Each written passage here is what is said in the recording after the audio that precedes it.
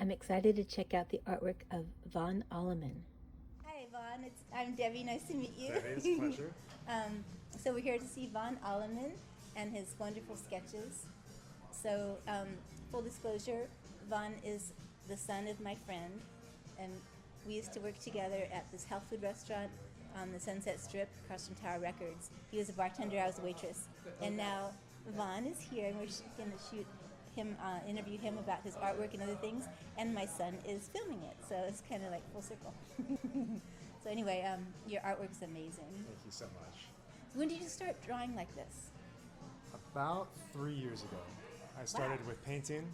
I was doing watercolors initially, and then went to acrylics, and then realized I needed to get the human form better, so I started sketching with graphite, and then transitioned to charcoal. But I still do it also, but yeah, charcoal's my main thing. Is your main? I like your color artwork too. Do you use acrylics or oils in that? I've used a little bit of oil, but it's mostly acrylics. It's easier to wash out. Yeah. But acrylics dry so fast. That's true. They do dry too fast. So what was your first one that you did? Your first sketch? Do you know? Remember? Ooh. I did a type of Velveteen Rabbit in watercolor 3 years ago. And I was inspired by that story and did it more like the version from the book, and then I decided to do my own charcoal version. So that might have been one of my first paintings. Oh, I also did Wicked Witch of the East, trapped underneath the house. Oh wow! Is that where you get your inspiration from? Is A lot of children's books. A lot of children's books? Yeah. That's neat. Yeah, your dad said you were doing it since you were 5. So Not seriously. Not seriously, Yeah. I'm sure, but yeah. This is wonderful. So what else can you tell me about your work? What do you like about it? Well, I like charcoal in particular because it's almost like a blend between graphite and painting. You can really smear things around and take away from it with a kneaded eraser. So I find it's less precise than graphite and not as intimidating as painting, I guess. I don't know. Intimidating? Well, I don't know. I can do charcoal anywhere, where painting you need to set everything up, and it's like a whole process. That's true. So, but I do still enjoy painting. That's true. Did you go to school for this? No, I did Wow, not go to it's school. all self-taught? That's awesome. I mean, I don't like to say self-taught because I learn from other artists and I go to workshops and stuff, and so I'm always learning. It's not like I came up with the techniques myself. But, No, but the creativity and the way you, this one, your portraits are so good. Thank you. Yeah, you're just really, really well done. So, okay, so what about your painting? Tell us a little bit about your painting. About my painting. Well, like I said, I mostly do acrylics, and I do the same kind of subject matter. I just finished one of 2. I like to go with the Victorian era, as is evident here. Oh, you like the Victorian era? Yeah. So I just finished one of 2 women walking down a garden path. So it's kind of the same subject matter. It'll be children's stories, women models. So, yeah. That's nice. Why do you like the Victorian era? Well, I was a history major in college All right. at UC Santa Cruz, and I don't know. That's been my passion, and I just really like the clothing. Like I'm working on one right now that's 1700s, and I'm wishing we can bring this style back. Eventually. Yeah, I'd love to dress like that. But I don't know. I just think that it's a fascinating period. There were very fascinating authors at the time, and clothing, and Yeah, it's just, nice. Yeah, I find it inspiring. How fun. Well, I'm really impressed with your artwork. It's really well done. Thank you. Really good. Thank you so much. But you haven't always been an artist. And I first heard about you being in any kind of work. You're playing guitar in a metal rock band. Yeah. Quarantine. I was back in high school. Yeah. Yeah. And your dad showed me that. Yep, those are good songs. You guys really, I bet you're good. Thank you. Yeah, it was a garage band in high school that we're just playing, having fun, and it kind of took off a little bit more than we were expecting. We were playing over Hollywood, and ended up doing the soundtrack to a film. Yeah, Yeah. that's awesome. Yeah.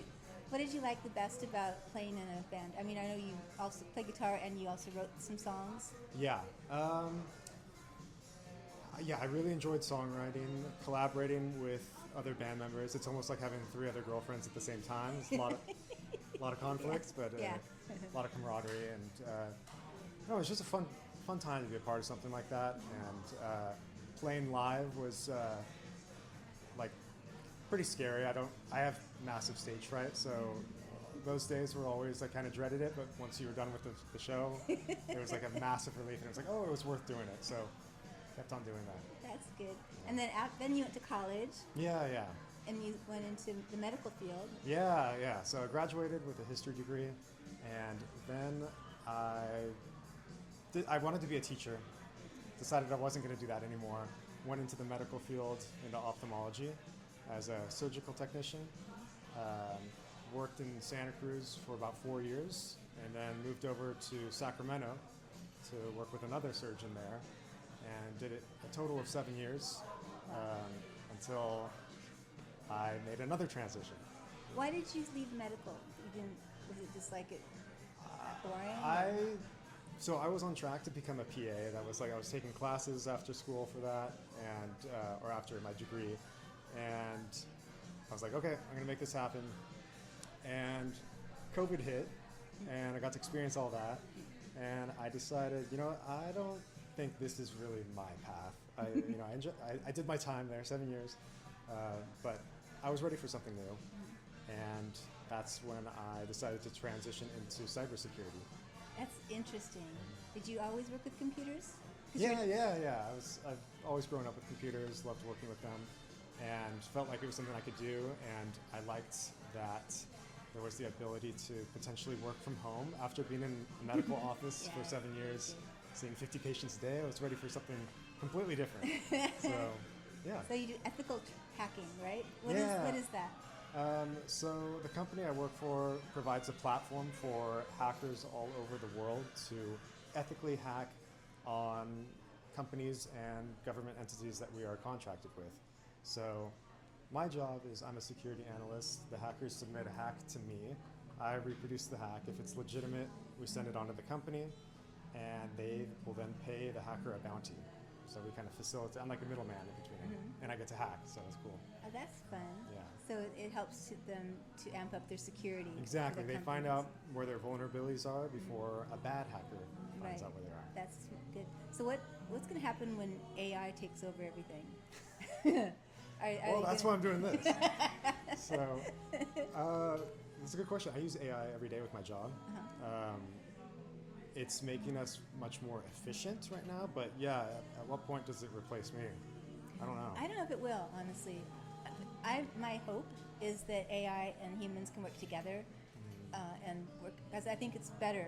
I think you need some kind of human creativity and things. Yeah. And working in partnership with AI, I think is the way we'll Yeah. end up going.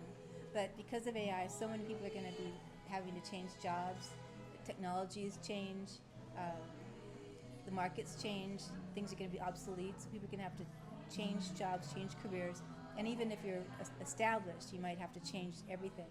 That's why we're talking. That's why I wanted to ask you about all the careers that you've been on, because you're thriving now, and you've gone to many different things. And we are not our jobs. We are people, and what we do is an extension of us. But we shouldn't judge each other on our jobs. And you found a really good way to make a living now. and you're enjoying it. It's like I can finance my art, which is Yeah, cool. that's cool. I'm not starving.